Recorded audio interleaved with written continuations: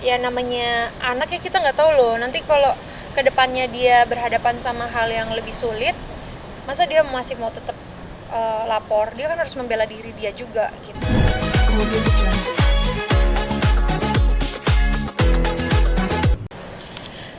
Iya sih, sebenarnya dari dulu udah kita tuh kayak seneng jajan gitu, karena aku kan memang pas kecil juga seneng jajan gitu, jadi aku pengen anak aku bisa seneng jajan juga. Jadi memang dari kecil udah aku ajak jajan gitu, jadi dia udah terbiasa gitu untuk jajan-jajan gitu. Tapi ya balik lagi, kita juga sebagai orang tua milih-milih juga sih tempat jajannya gitu, yang penting kelihatan oke, bersih gitu. Dari kecil udah jajan. Ini juga adiknya udah mulai jajan-jajan gitu, kayak beli cilok gitu-gitu. Kalau El sendiri juga dari kecil, dari ya kecil banget lah kayaknya, udah ngikut aku jajan gitu. Tapi aku kayak nggak nawarin mau jajan apa enggak, tapi kayak ini mau coba enggak gitu. Tapi nggak kayak ayo jajan gitu, enggak, tapi ikut jajan gitu. Habis itu kalau aku beli ya aku kasih coba dikit gitu. Tapi kan ini agak dibilangnya agak aneh ya, karena kan dibilang anak artis tapi mau nih jajan di Mm-mm. kaki lima. Mungkin mengajarkannya seperti apa sih kak? Aku sih nggak pernah ngajarin kayak kita ini loh, kita mesti gini loh, atau kayak kita nggak boleh coba itu ya. Itu bukan kita ya, nggak pernah gitu. Maksudnya kalau aku ngajarin sama anak itu harus bisa berbaur, harus bisa mencoba, eh, apa ya, ibaratnya hal-hal yang oke lah, bukan hal-hal yang negatif juga kan, nggak mungkin gitu. Tapi semua itu harus dicoba, makanan itu harus dicoba gitu. Selama masih oke, bersih, positif, kita harus coba gitu. Jadi jangan sampai ada pantangan atau jijian atau apa. Itu nggak banget sih kalau buat aku. Kayak kalau mau coba ya coba aja gitu, selama anaknya suka dan kita bisa lihat juga bersih apa segala macem gitu. Kalau boleh tahu apa sih favorit jajanannya El Barak di pinggir jalan? Jajanan favoritnya, dia suka eh, telur gulung, terus suka es podeng, terus sama batagor juga suka. Sorry, terus martabak. Banyak sih. El Barak kalau jajan di pinggir jalan ditemenin apa pernah sendiri? Ditemenin. Soalnya kan masih kecil anaknya, belum bisa jalan sendiri gitu. Tapi mungkin ada uang jajan sendiri nggak sih buat El Barak sehari harus berapa gitu kak? Sebenarnya anak aku nggak dapat uang jajan, karena kalau sekolah kan bawa makanan dari rumah. Terus kebetulan dia juga punya celengan gitu, kayak uang yang dia tabung. Jadi kadang kalau dia mau jajan dia pakai uang tabungannya sendiri.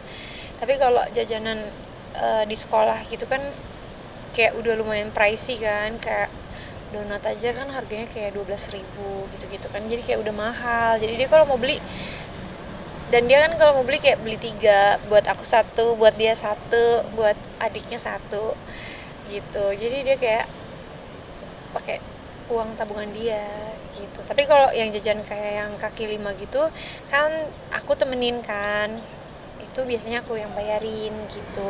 Tapi nggak terpatok harus berapa sih, kan juga jajanan kaki lima kan juga ya terbilang murah ya. Jadi kayak ya kalau emang mau dan kemakan boleh aja jajan gitu, yang penting dihabisin gitu.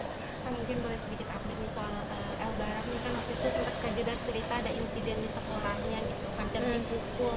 Nah mungkin itu seperti apa sih kak? Oh itu kayaknya sih sebenarnya kayak namanya anak-anak ya, main gitu. Kayak Barak tuh kebetulan waktu itu sebagai ketua kelas, jadi lagi mainin botol gini gitu. Terus ada temennya lewat itu kayak lari-larian, terus nggak sengaja kan kena kepalanya gitu. Terus marah, terus mau bales gitu. Terus ya udah keburu ada guru gitu. Tapi kan mungkin hampir melakukan kekerasan gitu, dan sekarang juga banyak tentang perlindungan. Nah sebagai Wah ibu itu aku no gimana? comment sih, tapi bukan no comment ya, gimana ya. Sebagai ibu mungkin menanggapinya gimana dengan adanya seperti itu? Eh menurut aku sebagai seorang orang tua, kalau aku punya anak ya pasti aku kasih tahu, aku ajarin gitu, kayak how to be a good friend, how to socialize, um, how to act kalau ada yang berkata kasar, kalau ada yang uh, menggunakan kekerasan kayak cubit, pukul, atau toyor, itu kan udah termasuk kekerasan. Jadi how to act kalau itu terjadi sama anakku, atau kadang how to react-nya juga dimulai dari hal-hal simple sih, kayak misalnya kita lagi jalan-jalan terus udah gitu ada yang minta foto sama mamanya, terus tiba-tiba yang minta foto itu cubit pipinya. Itu kan pertama tangannya mungkin kotor, kan sekarang zamannya hygiene ya, kayak banyak bakteri, virus segala macem gitu, ya menghindar aja, jangan gitu, kayak menghindar gitu, belajar untuk defense gitu.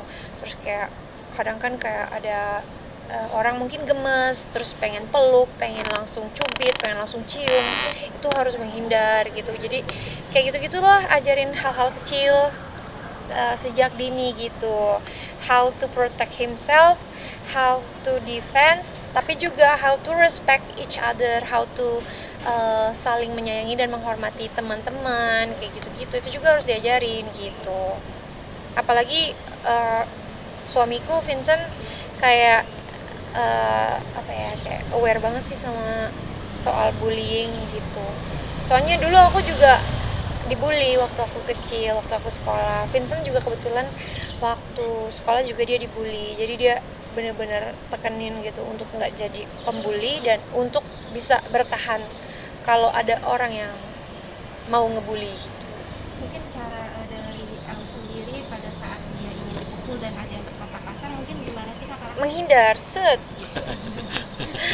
Terus lapor guru, lapor orang tua kalau udah sampai rumah. Udah, tapi biasanya dengan kayak gitu kan di sekolah pun sebenarnya, karena mungkin anak aku kan masih SD, jadi lingkup ruang mainnya juga masih dibatasi oleh guru. Dan di sekolah tuh kebetulan banyak CCTV dan banyak security gitu, jadi memang mainnya nggak sampai ke tempat di luar sekolah, jadi semuanya masih dalam pantauan sekolah, jadi semuanya masih dipantau juga oleh lingkup sekolah gitu. Jadi ya kalau ada apa-apa sama anak di sekolah, biasanya guru langsung mengabari orang tua lewat email gitu. Jadi ya kita bisa langsung konfirmasi juga what happened, atau bisa langsung datang ke sekolah untuk uh, apa ya, mencari tahu itu gitu. Tapi so far sih nggak ada sih yang kayak gitu-gitu gitu, dan semoga nggak ada juga ya. Dengan segala yang terjadi, mudah-mudahan bisa jadi pelajaran buat anak-anak murid, plus juga orang tuanya, plus juga lingkup sekolahnya gitu, supaya hal-hal seperti itu bisa diminimalisir. Aku nggak tahu ya gimana cara sekolah, gimana cara orang tua masing-masing di setiap rumah, atau gimana cara anak untuk mencerna kejadian seperti ini. Tapi yang mudah-mudahan dengan kayak gini kita bisa saling mengingatkan gitu. Tapi Kak Jedar sendiri berarti lebih mendengarkan apapun keluh kesah dari anak berarti ya Kak? Karena kan mungkin ada anak yang cerita tapi mungkin dari orang tua atau dari guru suka nggak percaya dengan hal itu, gimana?